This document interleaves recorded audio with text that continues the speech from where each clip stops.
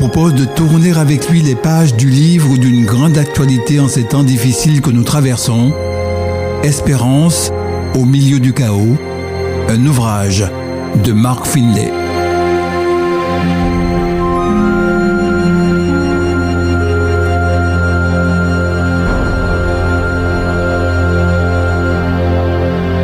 Durant ces 50 dernières années, Mark Finlay, conférencier international, auteur du livre « Espérance au milieu du chaos », a parcouru le monde en annonçant les vérités de la parole de Dieu à des milliers de personnes. C'est après avoir remarqué que de plus en plus de gens s'inquiétaient pour l'avenir. Et le mot « inquiéter » est faible car beaucoup ont peur. Et avec cette pandémie qui frappe en ce moment, celle du coronavirus, ils ont peur du monde dans lequel grandiront leurs enfants et ils craignent même que ce monde tel qu'il existe cesse d'exister. Mais ce livre de Mark Finlay, dont nous vous proposons quelques extraits, Espérance au milieu du chaos, n'est pas un livre sur la peur. Vous découvrirez bien au contraire, si vous suivez notre émission qui, tout comme le livre, s'intitule Espérance au cœur du chaos, un Dieu qui vous aime. Et c'est ce dont il sera question à travers nos différentes diffusions dans cette émission Espérance au cœur du chaos. Alors suivez attentivement cette émission, n'ayez plus peur, au contraire, soyez remplis d'espoir, soyez remplis d'espérance.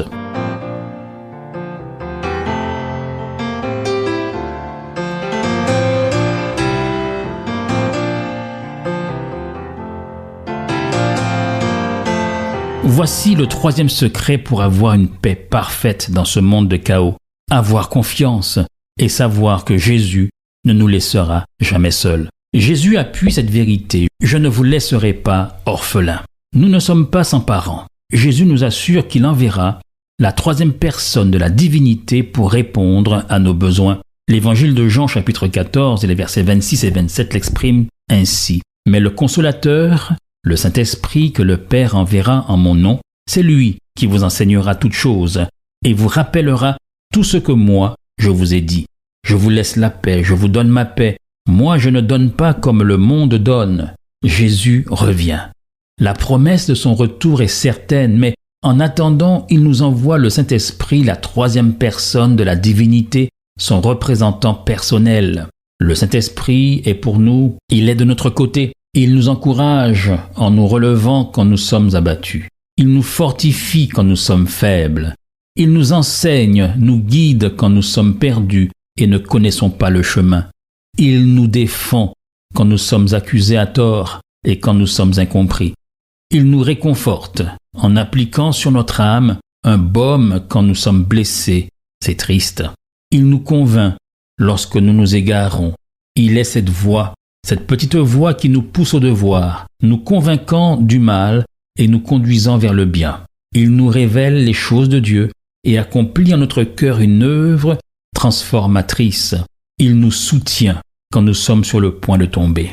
Il y a quelques années, alors que Mark Finlay travaillait en Afrique pour aider à la construction d'une nouvelle école pour 800 élèves démunis et pour prêcher l'Évangile, il rentrait des rencontres un soir le long du fleuve Zambèze près des chutes Victoria. Quand malheureusement, soudain, il dévala un escalier en ciment. Il atterrit sur les genoux et immédiatement il sentit une vive douleur foudroyante à la jambe. Et en raison de blessures antérieures et de cette chute, on a dû lui poser une prothèse. Son rétablissement a été une véritable épreuve. Il avait toujours été actif, mais alors, quelques jours après son opération, il ne pouvait faire que quelques pas, soutenu par son déambulateur qui l'aidait à se tenir debout. Sans lui, il était sûr de tomber. Nous sommes tous dans une certaine mesure brisés. Nous ne pouvons tenir debout par nous-mêmes. Il nous faut quelqu'un pour nous soutenir, quelqu'un pour nous empêcher de tomber. En partant, Jésus a promis de nous envoyer son Saint-Esprit pour nous soutenir jusqu'au jour de son retour en gloire. Dans sa jeunesse, le célèbre prédicateur Campbell Morgan rendait visite chaque semaine à 2 femmes âgées afin de leur lire la Bible. Quand il lut Matthieu chapitre 28 au verset 20, « Et voici, je suis avec vous tous les jours jusqu'à la fin du monde », il leur dit « N'est-ce pas une merveilleuse promesse ?» Une des 2 femmes répondit aussitôt « Jeune homme, ce n'est pas une promesse, c'est un fait. Toutes les promesses de Dieu sont des faits. Alors que vous écoutez cette émission, je prie pour que la paix du ciel inonde votre âme et que votre cœur soit rempli de l'espérance et de la joie de son retour. Vous venez d'entendre Espérance au milieu du chaos de Mark Finlay, un ouvrage lu pour vous par Daniel Millard.